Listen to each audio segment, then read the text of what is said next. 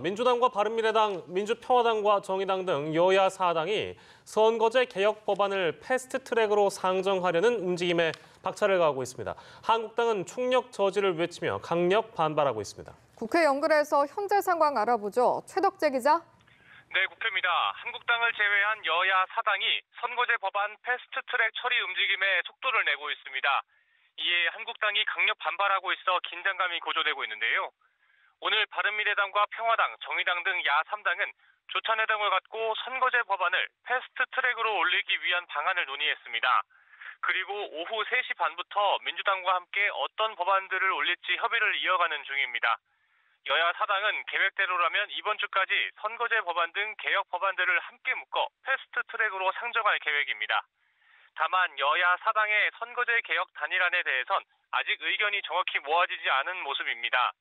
현재까지는 의원 정수 300명 중 비례대표 75명에 대해 가급적 온전한 연동형 비례대표제를 실시하도록 하는 방향인 것으로 전해집니다. 이에 한국당은 즉각 반발하고 나섰습니다. 나경원 원내대표는 가능한 모든 방법을 동원해 저지하겠다고 밝혔는데요. 앞서 헌법이 생긴 이래 선거제는 반드시 합의하에 처리했다며 세상에 이런 법은 없다고 목소리를 높인 나 원내대표는 의원직 총사퇴도 적극적으로 검토 중이라고 언급했습니다. 연동형 비례대표제에 대해선 대통령제에서의 연동형 비례대표제는 의회를 무력화하는 제도라고 했습니다. 네, 3월 임시국회 일정이 본격적으로 시작됐는데 오늘은 민주당 홍영표 원내대표의 대표 연설이 있었죠? 네, 그렇습니다. 민주당 홍영표 원내대표의 교섭단체 대표 연설로 3월 국회가 본격적으로 막을 올렸습니다. 방점은 민생 경제 안정에 찍혔습니다. 홍 원내대표는 1인당 국민소득 3만 달러 시대를 열었지만 불평등과 양극화 때문에 이 성과를 체감하지 못하고 있다면서 해결책으로 포용국가를 제시했습니다. 이어 일자리 양극화 문제의 해결을 언급하며 유일한 방안은 사회적 대타협뿐이라고 강조했습니다.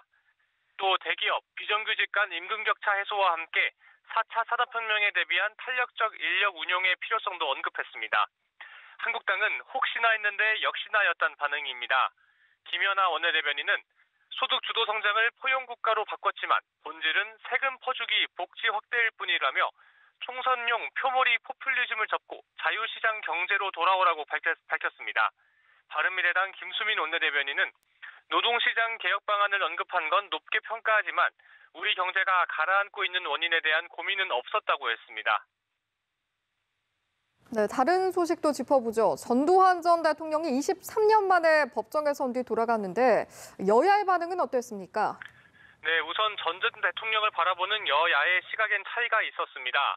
우선 민주당은 이제라도 참회와 함께 용서를 구해야 한다는 입장입니다.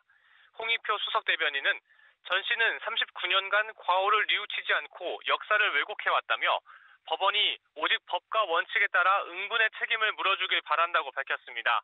바른미래당 김정환 대변인도 전 씨가 진실 왜곡과 궤변으로 광주 시민과 민주주의를 능멸했다며 과오를 인정해야 한다고 했는데요.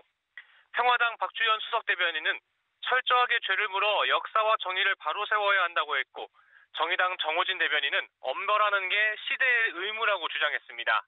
반면 한국당은 재판이 공정하게 진행돼야 한다면서도 5.18과 관련한 의혹들이 해소되길 기대한다고 밝혔습니다.